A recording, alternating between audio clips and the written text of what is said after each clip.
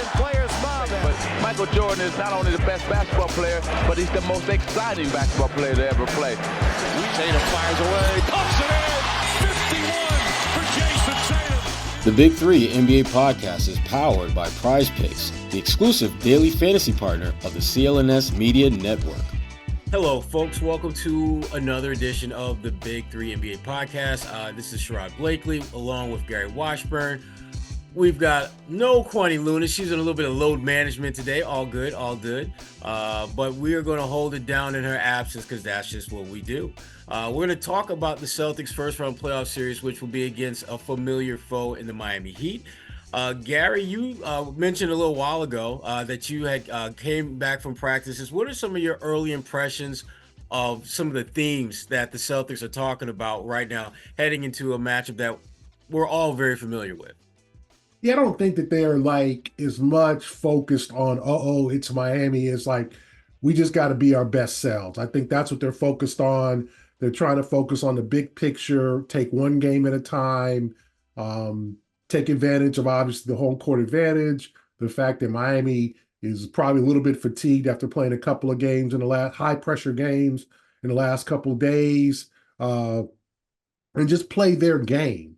And they expect obviously Miami's best. Miami's going to throw out some wrinkles. They're game planning, I'm sure, as we speak, to how to contain the Celtics, right? You know, I don't think they're going to stop the Celtics, but how to muck up the game, how to keep the game, 104-96 as opposed to 130-120, because Miami can't score like that. They know their limitations. And, obviously severely shorthanded with no Jimmy Butler, no Terry Rozier.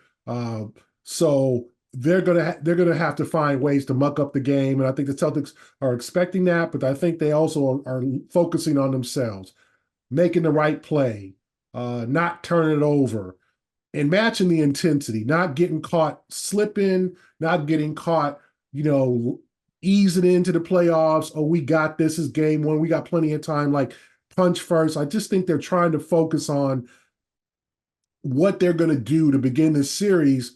And until the game is played, they don't know.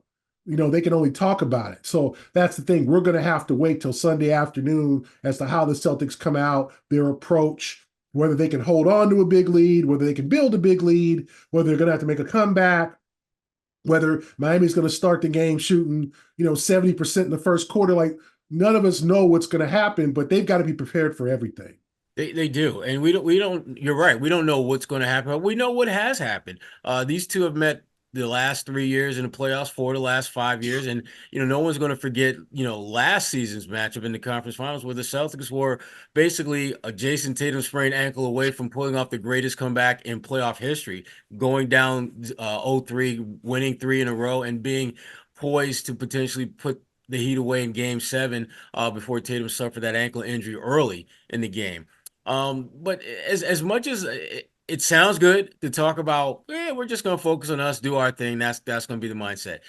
It's hard to ignore the role that this Heat franchise has played in the Celtics in their growth towards being a top tier team. Miami has been a thorn in their side. Let's be honest and keep it real. And when I look about how they went about this regular season, where I think the Celtics, they were 3-0 against the Heat in the regular season. And most of the games, it got a little dicey, I think, in a couple, and there was a one blowout. But for the most part, the Heat did not have their full allotment of players in this playoff series. They're not going to have their full allotment of players. How much do you think, Gary, them talking about we're just going to focus on now is just kind of a front for the reality that you can't ignore what has happened in the past? How much do you think the past is playing in their minds as they approach this series? I'm sure it's in their heads. I don't think it's in the front of their minds like, this is a team to beat us last year. I think this team feels like it's a different team. Remember, as you know, Sherrod, no Marcus Smart, no Grant Williams, replaced by Drew Holiday and Kristaps Porzingis, two guys who are not used to the rivalry, right? But Drew Holiday's a guy that lost to the Heat in the first round last year. He was a member of that Heat team. Bucks team. The Bucks team that lost to the Heat in the first round. And I just think that the Celtics at this point are just trying to concentrate, obviously, as we talked about, on themselves, but they also understand that, just because look at the three meetings. The first one was early in the season. Miami kind of pushed the Celtics. The Celtics pulled away in the fourth quarter. The middle game was they hit a bunch of threes. They scored. They just blew the Heat out of the water. And the third matchup was without Jimmy Butler, and they kind of struggled and they held on. And I think they won like 110-104. So that was without Butler, right? So Miami's capable of making it a competitive game and competitive series. I don't think they're as capable of winning 4 times without their main guys. And remember, all the playoff series before, Jimmy Butler has been a part of it. The one in the bubble, the 7-gamer, when he missed the 3-pointer in the last few seconds that could have put Miami ahead, and the Celtics won, and then last year. So how does Miami react with no Jimmy Butler, with Tyler Herro and Bam Adebayo as their lead guys? What role does a guy like Haywood Highsmith play? And then we got a couple of, got a new guy in Jaime Jaquez, right?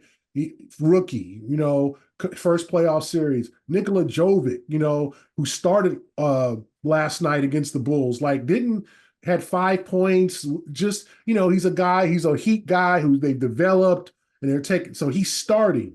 What will he play like in his first playoff series? Real exposure to playoff basketball. So the Heat have as many questions, as not more, than the Celtics, but they also got Eric Spoelstra, who's going to try to figure out a way to make this series interesting. I don't know if they can win it.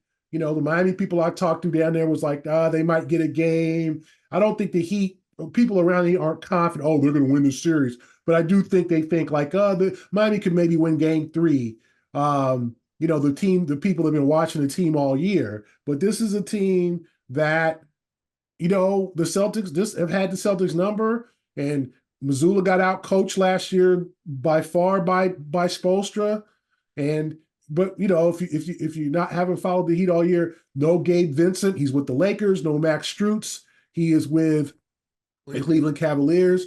And let's not forget the presence of Caleb Martin, who I looked at his numbers. He shot 50% from 3 in this series. He was ridiculous in that series. Just couldn't miss at times. And how do they play him? Do they respect him? And I talked to him last night, and he just said, "Hey, the reason I did well last year, I was not in the scouting report. I know that. I took that as a disrespect, and now I bet I am now." And I'm like, "Yeah, I bet you are in the scouting report as well." Because he's not only a good defender, not a great defender, a good defender, but he can get streaky. And he hasn't had a great year, I think 10 points a game, 34% from 3. But you can expect, and I know you expect it just like I do, somebody from the Heat who we don't expect is going to step up and have a big series. And, will the Celtics get caught off guard by that? I think they have too many weapons, but they've got to lock in and just get game 1. Because if you lose game 1, and it's 3 days before game 2, 3 days of the media cycle to just say, here we go, the pressure's on game 2. So you got to come out on Sunday and punch first and knock them out early and make it a decisive win. Yeah. And Gary, as you pointed out, they do have I think a number of wild card factors that they normally have at their disposal, but those wild card factors aren't so wild anymore because of the injuries. They're going to play. You don't know how much Highsmith is going to play, but he's going to be out there. And so there's no excuse why a guy like that is not on the scouting report. But at the end of the day, this series is going to come down to how your best players fend against their best players. And I wanted us to kind of go through, I think, probably the 3 most important matchups that are going to play a role in this series outcome. And I want to start one that you just touched on, Jason Tatum and Caleb Martin. As you pointed out, Gary, Caleb Martin was a guy that was on no one's scouting report. Nobody was talking about him in the build up to this series and in that series last year in the conference finals. And he was a major, major factor. And if you look at Tatum, Tatum had 2 games in that series where he scored 14 points, where he scored less than 20. And it was game 3, which was a major game because when you're down 0-2, you got to get game 3. You got to get that game. Yeah. And then obviously, the game 7 where Tatum just, with the ankle, he was out there, but he really wasn't. He was just a shell of the player that He normally is. So I'm just curious, when you think about the Tatum Caleb Martin matchup, what are some of the keys to that, how that's going to play out? Well, I think one, Tatum's got to get off offensively, and I think Martin's a good defender, but he's not a great defender. I think, but they're also going to throw Highsmith at him.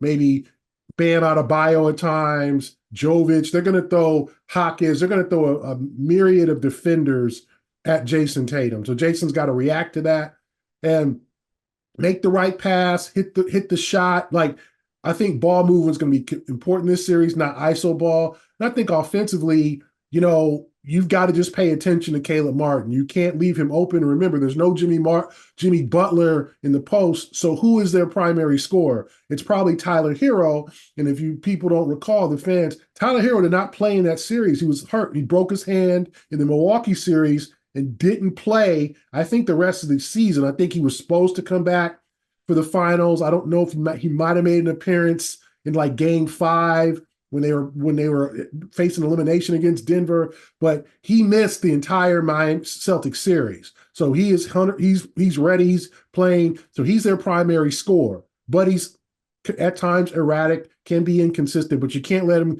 get going. We all remember that 37-point game he had in the bubble as a rookie. So you've got to focus on a bunch of different guys with Miami, and they're not a good scoring team. Like the Chicago game, they were begging the Bulls. The Bulls just had no interest in winning that game. Miami, kind of showboated and coasted in the fourth quarter, but they went through stretches. They had, I think, 34 points in the first quarter, 13 in the second. They go through long stretches where they can't score. If you watch the Philadelphia game, that was with Butler. I think we're up 51-39, 51-37, and then scored 40 points the rest of the way, 40-something points the rest of the way. Like, they go through scoreless skids. They are not a great working offense. So that means they can't get into a shootout with the Celtics. And so Caleb Martin, you can't let him just get going. You can't let him get these open threes, where he just he sets, he fires. That's what happened last year. Some of them were contested, but a lot of those things were open where it was just like, okay, I know he's not going to hit this one. Boom, he hits it. He was 22 for 45 in the series, almost 49% from three. I mean, just an incredible series. So I think for the Celtics, Tatum should dominate this matchup. This is not as much like Caleb Martin. They can't think he's going to do it again, but you got to make sure he doesn't do it again. You got to make sure that he doesn't get comfortable. And that's the whole thing. Don't let him get comfortable. Make him face a strong defense, whether it's Drew Holiday, Tatum, Jaylen Brown, whoever, and make him face a strong defense to where he knows, okay, it ain't going to be easy tonight. This is Sherrod Blakely with the Big 3 NBA podcast, and I wanted to talk to you about Prize Picks, America's #1 fantasy sports app with more than 3 million members. It is the easiest and most exciting way to get in on the action while you watch your favorite sports teams and players compete. You just pick more or less on 2 or more player stats and watch the winnings roll in. Get in now on the playoff action and win up to 100 times your money on Prize Picks as you and the world's best players take the game to a new level during basketball's postseason. You can now win up to 100 times your money on Prize Picks with as little as 4 correct picks. Yes, just 4 picks can multiply your money big time. You can turn that $10 investment into a $1,000 win with basketball, hockey, and other sports entries today on Prize Picks, America's #1 fantasy sports app. As a longtime fantasy league player myself, Prize Picks is the perfect what's next to satisfy my fantasy league itch. You want into? Here's what you have to do. First, you got to go to prizepicks.com/CLNS and use the code CLNS for a first deposit match up to $100. That's right, prizepicks.com/CLNS. Use the code CLNS for a first deposit match of up to $100. So, that being said, you get a chance to pick more, you can pick less. It's that easy. Right. And that's really, really important because, the Celtics, again, they're going to have so many different options to consider. The last thing you want to do is to allow anyone to get cooking. on this Miami Heat team because they don't have a lot of players who have that ability and capability and capacity to do that in this game. One guy you touched on, though, and I want us to spend a little bit more time talking about him and just his role, is Tyler Herro. As you pointed out, Gary, that was a guy that the Celtics, he wasn't on the scouting report because he was out. So they didn't have to worry about the things that he does. Jaylen Brown will be among the folks who will spend some time on Tyler. And I want to just kind of give your take on just that particular matchup where you're talking about arguably, one of Boston's better all-around athletes, certainly, and one of their better defenders going against basically the best perimeter scorer on this Miami Heat team. And frankly, and many would say the only serious threat offensively on the perimeter for them. What's your take on that matchup? Yeah, I think what the Celtics have to do is make Tyler Herro play some defense, put him in pick and rolls, make him work on both sides of the ball, and not let him get going from three, not let him get open looks contested. He's not a physical guy, but he does like those leaners. He likes those floaters. He likes to dribble drive a little bit, hit the 16-footer off the 1 foot. He's not a ridiculously consistent driver, but he can drive. But you don't want him, Sherrod, to be a scorer and a playmaker. Against the Bulls, I think he had 24 points, 10 rebounds, and 9 assists. He had 9 assists. Like, you don't want him to be a scorer and a playmaker. Now he can be inconsistent. I know he was 9 for 27 in that Philadelphia game. He is not this masterly efficient scorer. Like, he's not Curry. He's not out there. He's not going to knock down 10 threes. But if you let him get going, he can really hurt you.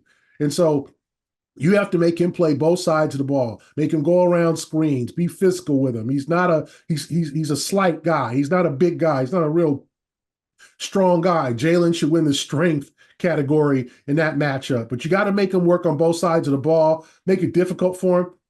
He's going to hit some difficult shots. He's going to hit some of those floaters, but you got to make him work. I just think the whole thing with Miami, make those guys work. Do not give them just easy chances, Adebayo, just easy floaters and easy little jumpers. Just make it tough on them, because if you're an elite defensive team, should be effective against Miami because they're not a good offensive team. Right. And, and you're right. And Jaylen, obviously, he's got, he's got some basketball demons he's like to exercise throughout this series. When you think back to how he performed in Game 7, he was in a position that a lot of, guys who are in that number 2 role want to be in. I can whip my team over the hump by simply carrying them in this one game. And he couldn't get it done. Turnovers, bad shot selection, you name it, it went wrong for Jaylen in that Game 7. What are you expecting to see from him in this series? A locked in and focused Jaylen. I don't think he's going to try to do too much, but I do think he wants to prove that he's taken a real step forward as a player, offensively and defensively. He's more in control. His turnovers were down this year, so Celtics fans hope he doesn't, just get just careless with the ball and taking 1-on-3s on the break and trying to be Superman. Just be yourself, play within yourself. And he was just focused. He worked out a long time today, working on his free throws, working on his jumper, just that last final workout before the playoffs started, which you like to see from your star players. Just, hey, I'm gonna put in some extra work today. I just want to make sure I'm sharp. And the same with Kristaps Porzingis, just guys working on their games. Derek White also. And I think Jaylen feels like he understands he has a lot to prove. He wants to be considered an elite player, a top 10 player, right? An all NBA staple on the first, second, or third team. And this is the series, and these are the kind of games that you have to prove. Show us. Don't tell us, show us. So I think, he was focused. He wasn't really open with the media. He was a man of few words, which I understand. They're locked in. They're getting ready for this series. And I think he's just got to prove. Just be consistent. Don't do too much, Jaylen. If you got the ball on a break and it's 2-on-4, hold the ball up. Give it to Drew, get it back, or, just make the right basketball play. Don't be Superman. Don't do too much. And then, your defense, just be a plus defender. Get in those passing lanes, be a thorn in their side. Miami's going to be a thorn. They're going to use those Haywood Highsmith guys to go in there and try to give Tatum and Brown trouble. Do the same with them. That's the thing. Fight, punch back. Do exactly what they're doing to you. be a thorn defensively, be a plus side team defensively. Don't be afraid of those guys. That's the thing. Just get over that initial, it's Miami. Oh, they're going to do something crazy. They're going to throw a zone at us, and get through that, get the jitters out, and play your game, and you should be fine. Yeah, here's my thing. I think that as this series progresses, and I don't think it'll be a long series, but I do think as long as they're on the floor against the Miami Heat, I think at the end of the day, Jaylen Brown is going to be the best player in this series. And I say that because I think that the Miami Heat have a major problem with his ability to be a major impact player at both ends of the floor. His defense this year has been, frankly, the best defense Jaylen Brown has played all year. And when you throw in the fact that the guys that are going to be on the floor on that perimeter, they're not as deep, and he's not going to have to worry a single minute about dealing with Jimmy Butler at all. Jaylen Brown is going to be a plus defender. Offensively, again, you touched on the Drew Holiday factor. I think that's going to be huge for Jaylen, because that means you're not going to need the ball as much as you're in your hands to play make. You can be, frankly, the guy that finishes plays, as opposed to the guy that has to initiate the offense, try to get the ball around. I think he's going to be a big hockey assist type of guy, making the pass that leads to the bucket, or making the pass that leads to the person who makes the pass that leads to the bucket. But at the end of the day, I think Jaylen Brown is going to be the best player in this series, because I just think that the matchups are so much in his favor, and so much attention, again, as always, is going to be paid to Tatum. And Jaylen, I think, is going to be the beneficiary of that.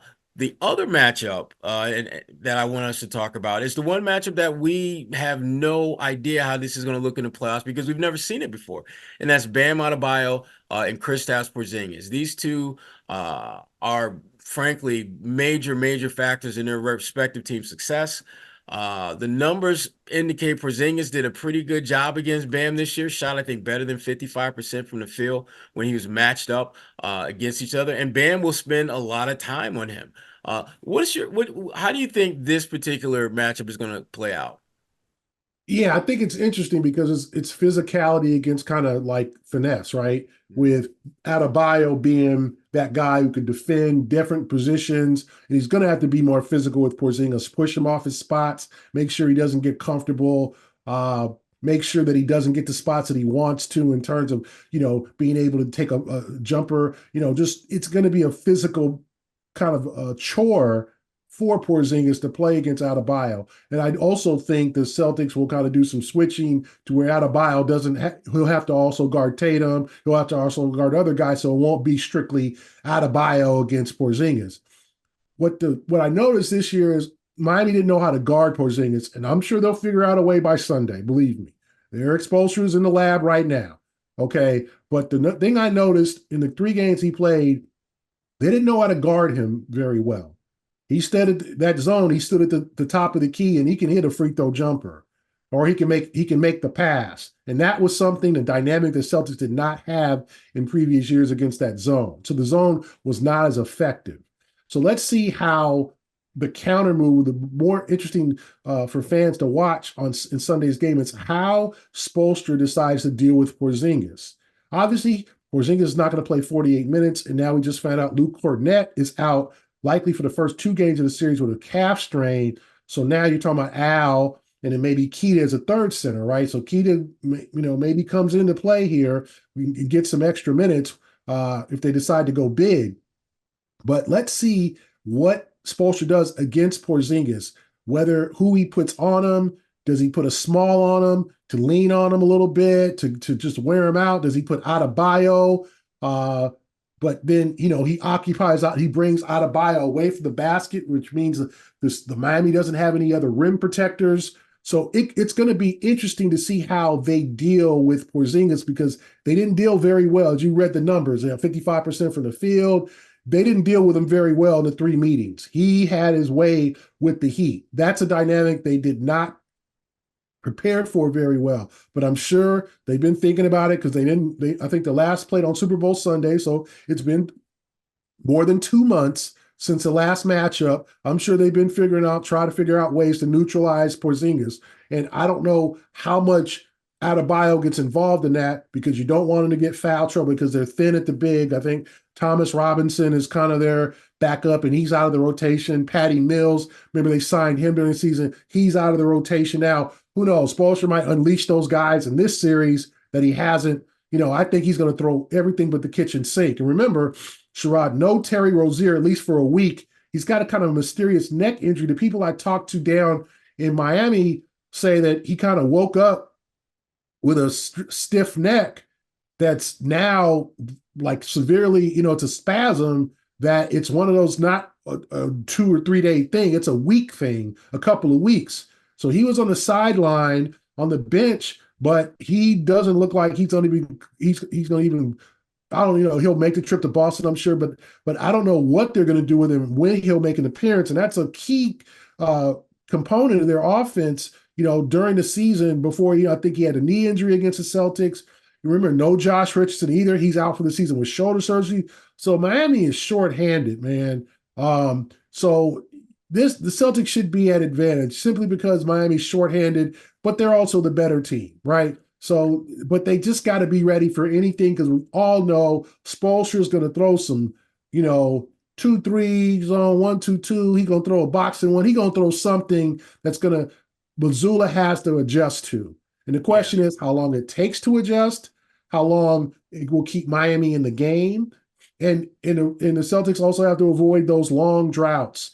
Remember, I talked to, coach today, and we talked a little bit about the series, and the kind of consensus was you guys lost that series in the third quarter of game one. You guys were rolling, 13-point lead, I think, at halftime. They looked like, okay, so it's a better team than, remember, Miami scored, I think, 46 points in that third quarter, and the series was not the same after that, right? They ended up winning game two after coming back. So, you got to watch out for those droughts. Watch out for those little things. But to me, what to look out for is how they guard Porzingis, what they do with him. Is it strictly Adebayo? Is it Haywood Heights? Is it a series of guys that are just going to lean on him and hopefully for them tire him out a little bit, maybe get him in some foul trouble, go at him defensively, they're going to have to figure out a way to get him off the floor. Yeah, and conversely, Joe has to figure out how to utilize Porzingis effectively without it being a major disruption to the overall flow of what they want to do offensively. And that brings me to the next thing I wanted to talk to you about is just, that coaching matchup where, you often hear coaches say during a regular season, you're playing checkers, but the playoffs, it's about playing chess. Very different mindset to be successful in the postseason versus the regular season. And again, you're talking about two coaches who Joe Mazzulla doesn't have nearly as much runway in terms of what he's done throughout the course of his career, but he's been off to a pretty damn impressive start. You start looking at the coaches that have come through the Celtics pipeline, and Joe Mazzulla is at the top of the list as far as wins this quick, this early in their careers.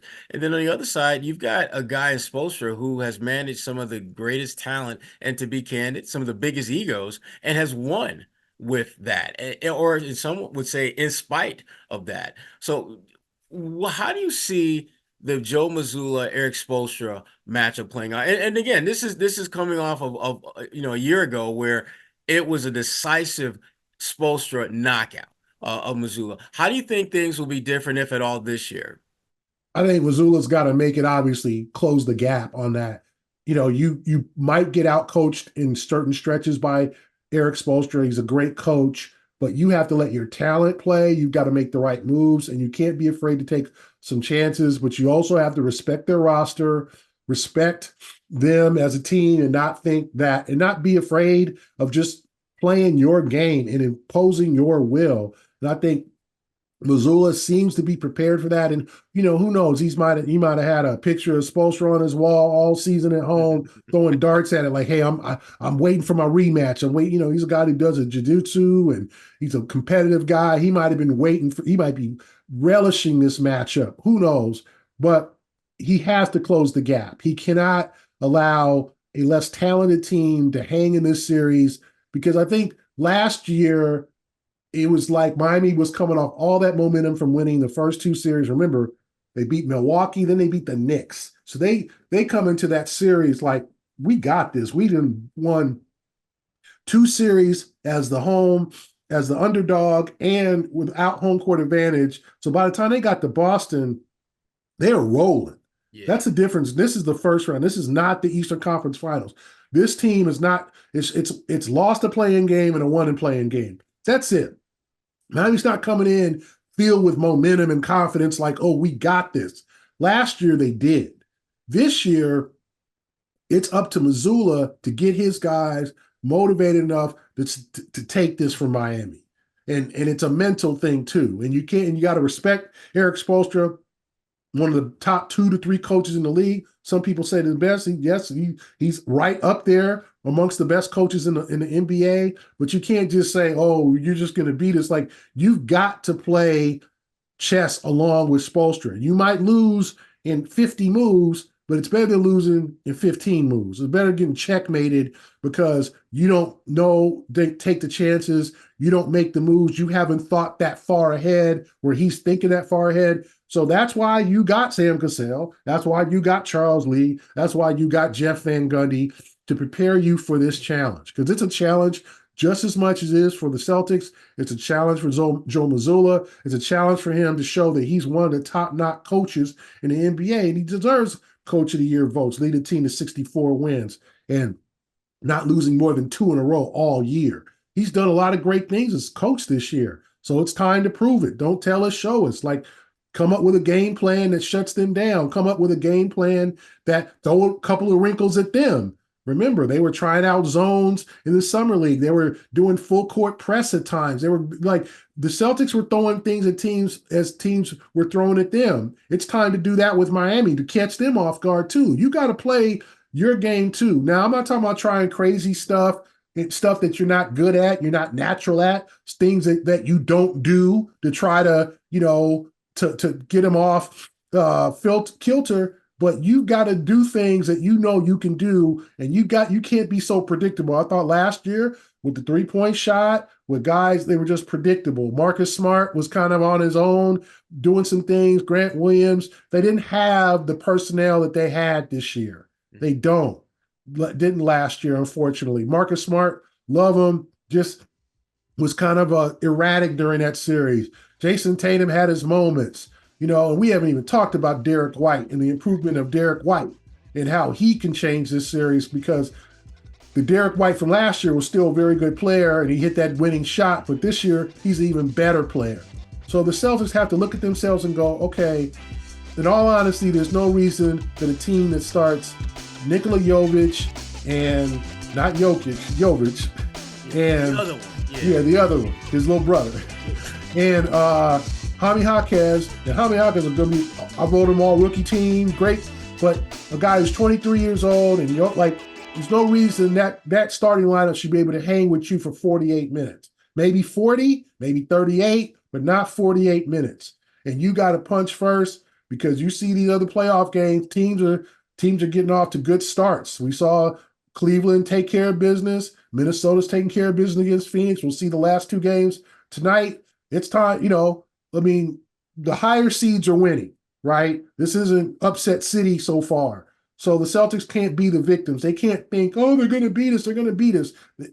They're not, this isn't Jaws. This isn't Freddy Krueger. This ain't Mike Myers, ain't Friday the 13th. They have to know that they're a boogeyman too. Okay. I was waiting for the Chucky reference or Chucky. Candyman. I was waiting for that one. Okay. Or Wayne, or I'm gonna say Wayne Brady and Chappelle. Damn. Oh, bleep! It's Wayne Brady. I hate you. You gotta be Wayne Brady in this damn series. You gotta be Wayne Brady. Kids need to Google that one to get that one. That's some rarefied content. Bleep! It's Wayne Brady. Man, oh man. And on that note, this is the NBA Big Three podcast. This is Sherrod Blakely with Gary Washburn. Don't forget to, before we go out of here, shout out to prizepicks.com, the exclusive daily fantasy partner of CLNS Media Network. And folks, if you love this, which we know you do, download this latest episode and check out the past episodes of the Big Three NBA podcast from your favorite podcasting app. For Gary Washburn, I'm Sherrod Blakely. And Kwani, I hope you are enjoying your day of rest. get back on the grind next week when we get some games going. And for the Big 3 NBA podcast, Sherrod Blakely, we're out.